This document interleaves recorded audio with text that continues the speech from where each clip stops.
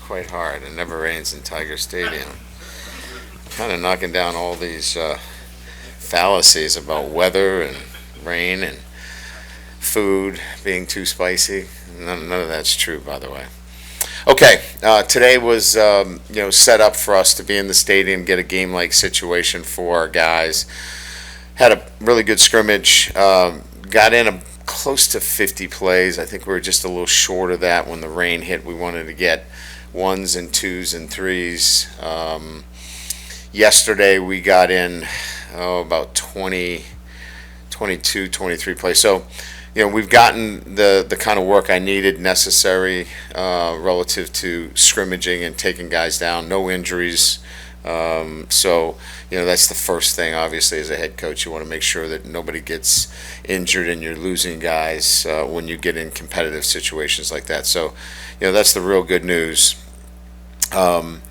Competitive battles at a lot of positions. I think I alluded to it the other day. I wanted to see Cam Wire out at right tackle. We moved Bradford in at guard. We moved Frazier over to left to get that flavor as well. Like some of the things that Bradford does at guard, he's big physical on double teams. So, that's still an area that, we'll continue to look at. But we like 7 or 8 guys there on the offensive line that are doing really well. Dellinger had 2 really good days snapping the ball. So you guys didn't hear me yelling and screaming at him today. So that's a really good sign. That's the offensive line. The running back, I was really pleased with Noah Kane today, running the ball with some physicality.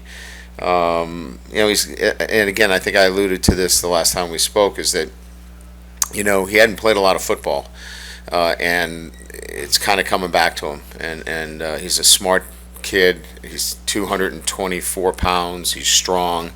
And he ran with that physicality that we were looking for today. So that was a bright spot for us. Receivers all can make plays. Second play of scrimmage, Kayshawn hit a screen and made 2 or 3 people miss. We saw his explosiveness and how difficult he is to tackle today. Just a lot of playmakers. Neighbors made some nice plays.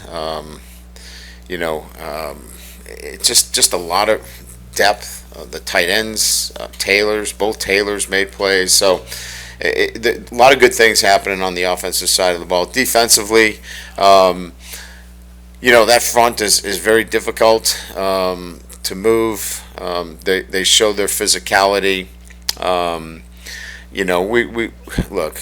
We go inside. We have popsicles and water, and then we go out and play defense. It's hard to get a good barometer on your defense when you do things like that. So maybe you lose a little bit of your edge defensively. I'm not worried about that at all. Our defense is going to be just fine. The pieces are in place. I like the guys that we have up front. The back end has played really well. So all in all, I'm just kind of giving you an overview of where we are going into a couple of days off. Tomorrow is a recovery day. Monday I don't like to practice because it's the first day of school, so we will not practice on Monday. We'll just have meetings, and then we'll get back to work on Tuesday. So the guys got a little bit of a respite here to kind of get organized, and we'll go back at it. So with that, we'll open up to questions. Ryan, just at quarterback, are you starting to see any separation? And what's going to be the kind of plan heading into the next final week of camp and then game week? Yeah, I think, it's pretty clear that it's Nussmeier and it's Daniels, and they just have more experience, than Walker Howard. Walker's done a great job, but I think, his situation now would be an emergency situation, and, can we redshirt him? Right, that's kind of where we're at right now. So it's a 2-man race, and it's extremely competitive. Jaylen does some really good things. Obviously his ability to get the ball out of his hands quickly.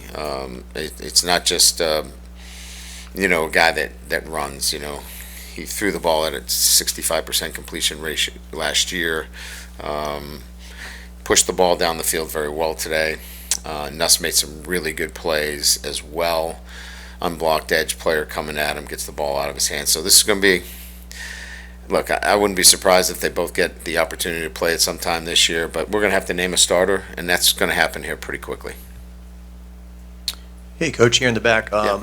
Mason Taylor, you mentioned him at tight end, but as Yeah. a true freshman, and he looked like he's very fluid, moves well. I mean, is he trending towards playing right away and contributing right away? Yes, he's going to play right away, and yeah, I think all the adjectives that you use. I mean, he's fluid, he's smart, he understands the offense very well. Kind of the nuances of the position come to him easily, and because of that, look, he's 247 pounds too, and he moves really well.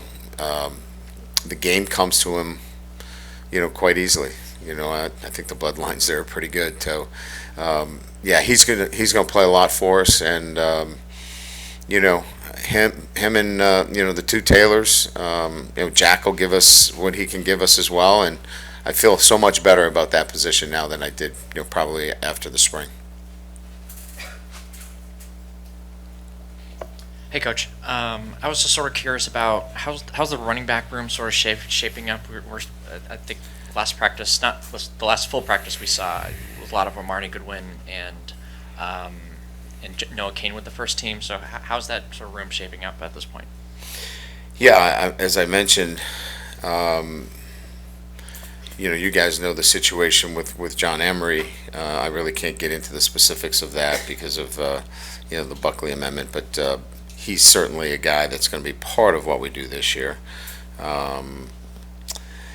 Then Noah Kane, as I mentioned, was really impressed with him today. Amani is a guy that we're going to count on. Williams has been probably as consistent as any back that we've had. And Nick Demas has done a really nice job. So, Leonard Fournette is not in that backfield. I mean, so, we don't have like that marquee guy, if you will, but all of them, complement each other very well. And I think we'll be very effective at that position.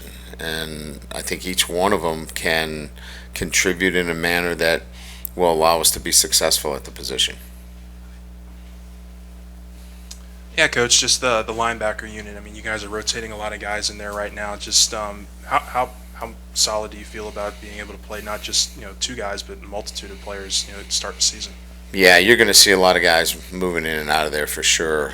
I've already mentioned the freshman Harold Perkins, but you're going to see Greg Penn, Mike Jones, of course, Kobe. Is going to it's going to play quite a bit for us as well.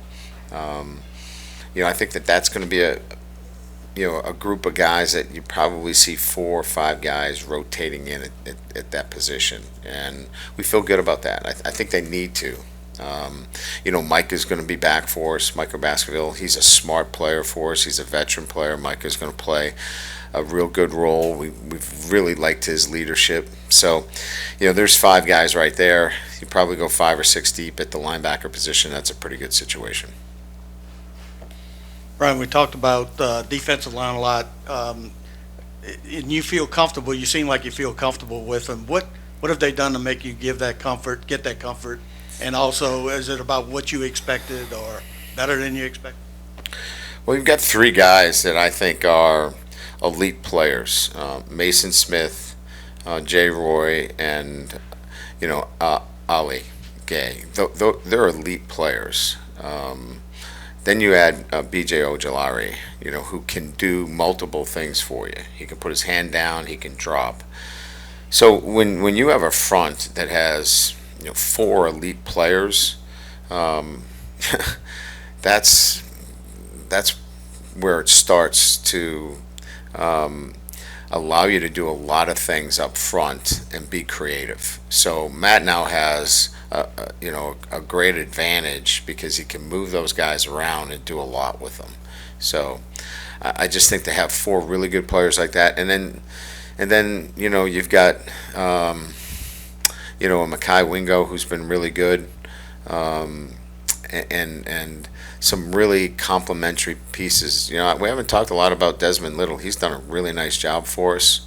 Jacoby Gilroy's been really good, real solid for us. So depth is probably the other thing that makes you feel good about not only 4 elite players, but having some depth there as well.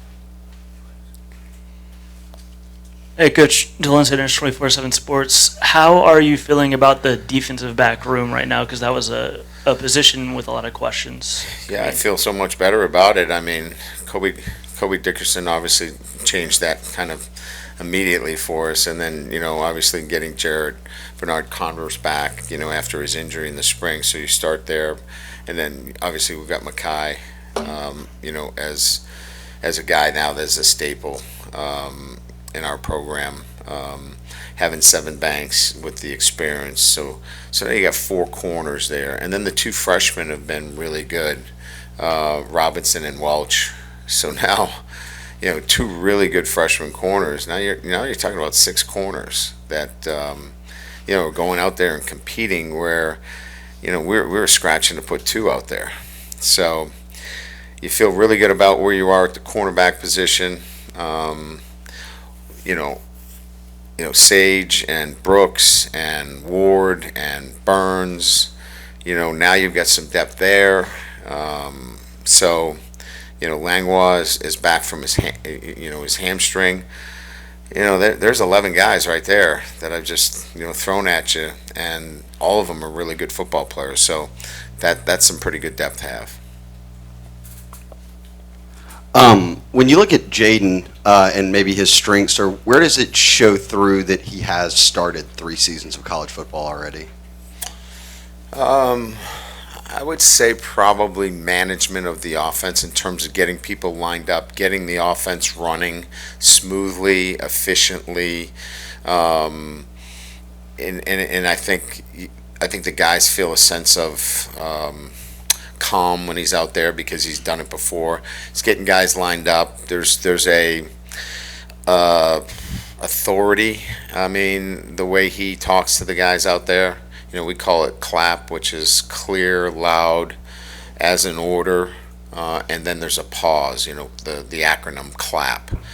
It's a military term. When they're asked for their leaders to talk, they use the acronym CLAP, and he's clear. He's loud. He talks like it's an order, and then there's always a pause so you can hear it. And I think that helps a lot because people know he's played, and when he's out there, guys really tune into him, and I think that's a comfort level.